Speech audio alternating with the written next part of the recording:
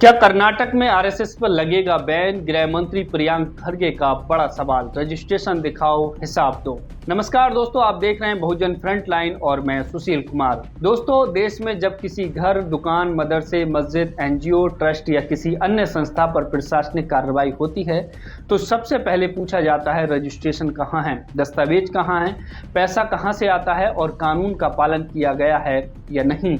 लेकिन अब पहली बार लगभग यही सवाल देश के सबसे बड़े और प्रभावशाली संगठन राष्ट्रीय स्वयंसेवक संघ यानी आरएसएस के सामने खड़े किए गए हैं।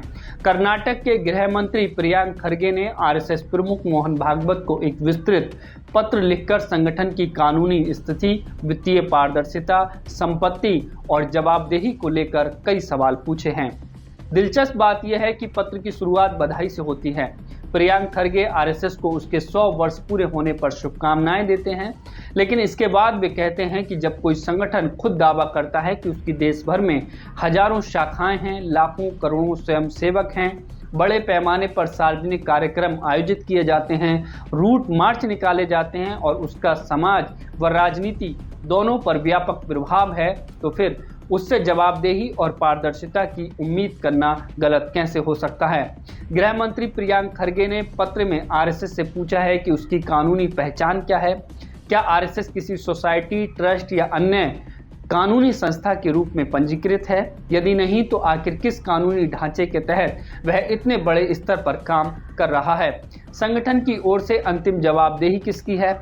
उसके अधिकृत पदाधिकारी कौन हैं? उसकी आय का सोर्स क्या है? उसे चंदा कौन देता है? उसकी संपत्ति कितनी है और क्या उसकी आय व्यय का कोई सार्वजनिक लेखा जोखा मौजूद है?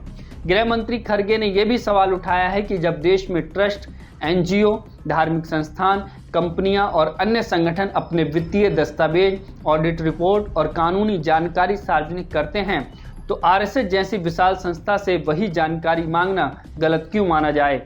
लेकिन विवाद यहीं तक सीमित नहीं है। प्रियंक खरगे ने मोहन भागवत को मिलने वाली केंद्र सरकार की सुरक्षा व्यवस्था पर भी सवाल उठाए हैं। उनका कहना है कि जब किसी व्यक्ति की सुरक्षा पर जनता का पैसा खर्च हो रहा है तो ये जानना भी जनता का अधिकार है कि आखिर किस खतरे के आधार पर इतनी बड़ी सुरक्षा प्रदान की गई है। उन्होंने केंद्र सरकार से मोहन भागवत को होने वाले खतरे के आकलन से जुड़ी जानकारी सार्वजनिक करने की भी मांग उठाई है। अब इस पूरे विवाद का सबसे बड़ा राजनीतिक और वैचारिक पहलू सामने आता है।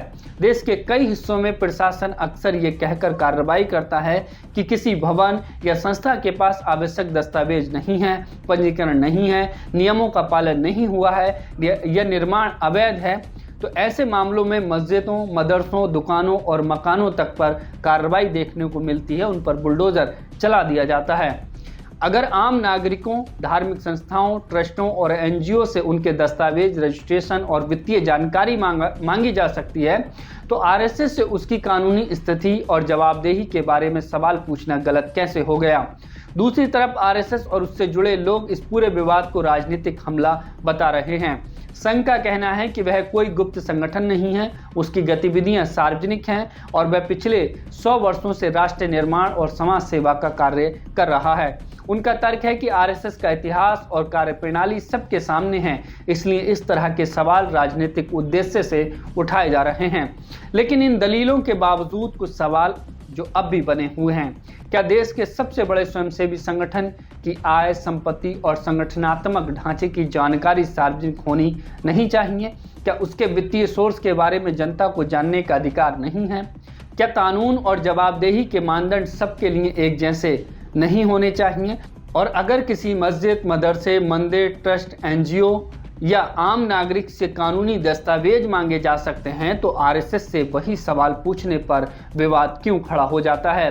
फिलहाल इन सवालों का जवाब आरएसएस की ओर से आना बाकी है, लेकिन इतना तय है कि आरएसएस के 100 वर्ष पूरे होने के मौके पर शुरू हुई ये बहस अब सिर्फ एक संगठन तक सीमित नहीं रह गई है। ये बहस कानून के समान अनुपालन, पारदर्शिता और जवाबदेही के उस सिद्धांत तक पहुंच चुकी है जिस पर किसी भी लोकतंत्र की बुनियाद टिकी होती है।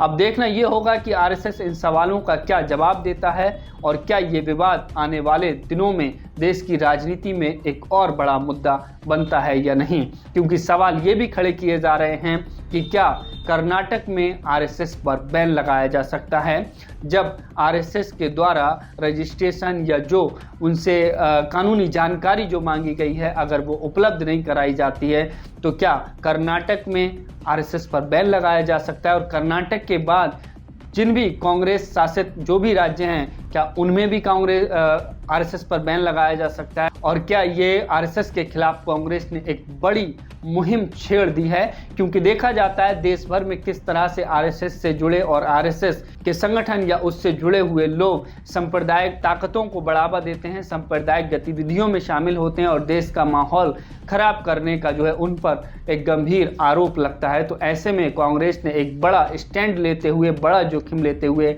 आरएसएस के खिलाफ मोर्चा खोल दिया है। और अब ये देखना होगा कि ये लड़ाई कहां तक पहुंचती है। इससे पहले भी हम देखते हैं कि इतिहास में आरएसएस पर बैन लगाया गया था, लेकिन अब क्या फिर से वही स्थिति जो है सामने है जब आरएसएस पर कांग्रेस बैन लगाने की स्थिति में है। फिलहाल दोस्तों इस खबर में सिर्फ इतना ही। आप लोगों की क्या राय है कमेंट करके जरूर बताएं।